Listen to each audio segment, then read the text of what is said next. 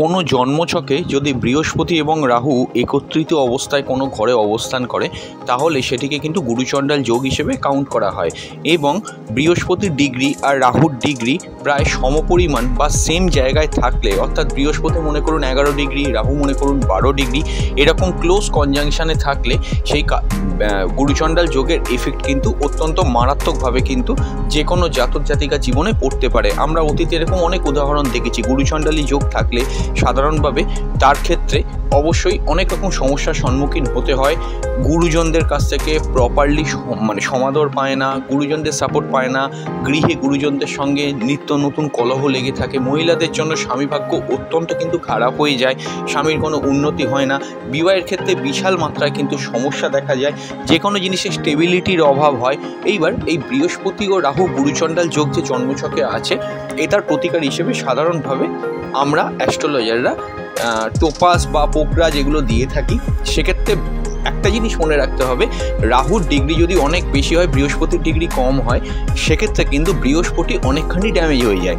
এছাড়া বৃহস্পতি যদি মকর রাশিতে থাকে বা রাহু যুক্ত হয়ে থাকে মকর রাশিতে, তাহলে বৃহস্পতি নিচস্থ হয়ে অনেকটাই নেগেটিভ ফল প্রদান করবে। এখানে বৃহস্পতি যদি কোনো শুভ নক্ষত্রে থাকে কিছুটা ফল কিন্তু খণ্ডন করা যায় বৃহস্পতির ক্ষেত্রে। অন্যান্য ক্ষেত্রে কিন্তু বৃহস্পতি ভীষণভাবে কিন্তু ড্যামেজ হয়ে যায় এবং সে অন্যদের সম্মানও অনেক ক্ষেত্রে করতে পারে না, অনেক সমস্যা দেখা যায়। তো এই সমস্যাগুলো থেকে বেরোতে বৃহস্পতিরাও গুরুচণ্ডালের যোগের নেগেটিভ প্রভাব থেকে বেরোতে কিছু ছোট্ট জিনিস আমি বলছি, সেই জিনিসগুলি আপনারা একটু করে দেখতে পারেন। সেক্ষেত্রে কিন্তু আপনারা অনেক বেটার ফল পাবেন। কি করবেন আসুন জেনে নেওয়া যাক। দেখুন, বৃহস্পতি এবং রাহু গুরুচণ্ডালী যোগের জন্য সর্বপ্রথম আপনাকে শনিবার দিন সিলেক্ট করতে হবে, অর্থাৎ যে কোনো একটা শনিবার, শুক্লপক্ষে শনিবার হলে অত্যন্ত ভালো।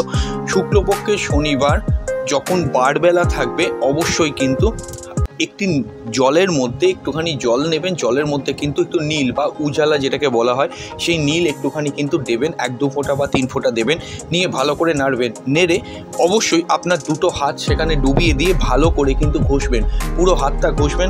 ঘষা হয়ে গেলে অবশ্যই কিন্তু সেই জলটাকে, সেই নীল ভর্তি জলটাকে কোনো বেসিনের মধ্যে ফ্ল্যাশ করে দেবেন। নর্মাল বাথরুমে ফেলতে পারেন, কিন্তু বাথরুমে ফেললে একটা জিনিস মনে রাখতে হবে, তারপরে কিন্তু সাদা জল দিয়ে ওই জায়গাটা কিন্তু আপনাকে ধুয়ে দিতে হবে। এটা মিনিমাম পক্ষে আপনাকে 9টা শনিবার করতে হবে।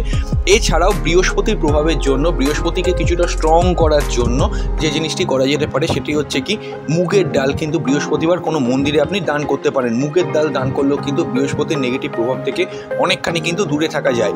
এটি 9টা বৃহস্পতিবার আপনাকে করতে হবে। পর কন্টিনিউ করে গেলে তাহলে কিন্তু আপনারা কিছুটা বেটার ফল বৃহস্পতিরাও গুরুচণ্ডালী যোগের থেকে কিন্তু আপনারা পেতে পারেন। এই জায়গাগুলো, এই দুটি প্রতিকার আমি বললাম। অন্যান্য ক্ষেত্রে অনেক প্রতিকার হয়, যারা অ্যাস্ট্রোলজারের কাছে গিয়ে অর্থ খরচা করে প্রতিকার করতে পারছেন না, তো তাদের জন্য ছিল এই প্রতিকারটি। এই দুটি প্রতিকার করে দেখতে পারেন, আপনারা কিন্তু অনেকটাই বেটার থাকতে পারবেন, এটা পরীক্ষিত এবং প্রমাণিত। আজকে বিদায় নিচ্ছি true scientific astrology YouTube channel থেকে। পরবর্তীকালে ফিরে আসবো খুব তাড়াতাড়ি নতুন এক ভিডিও নিয়ে। নমস্কার।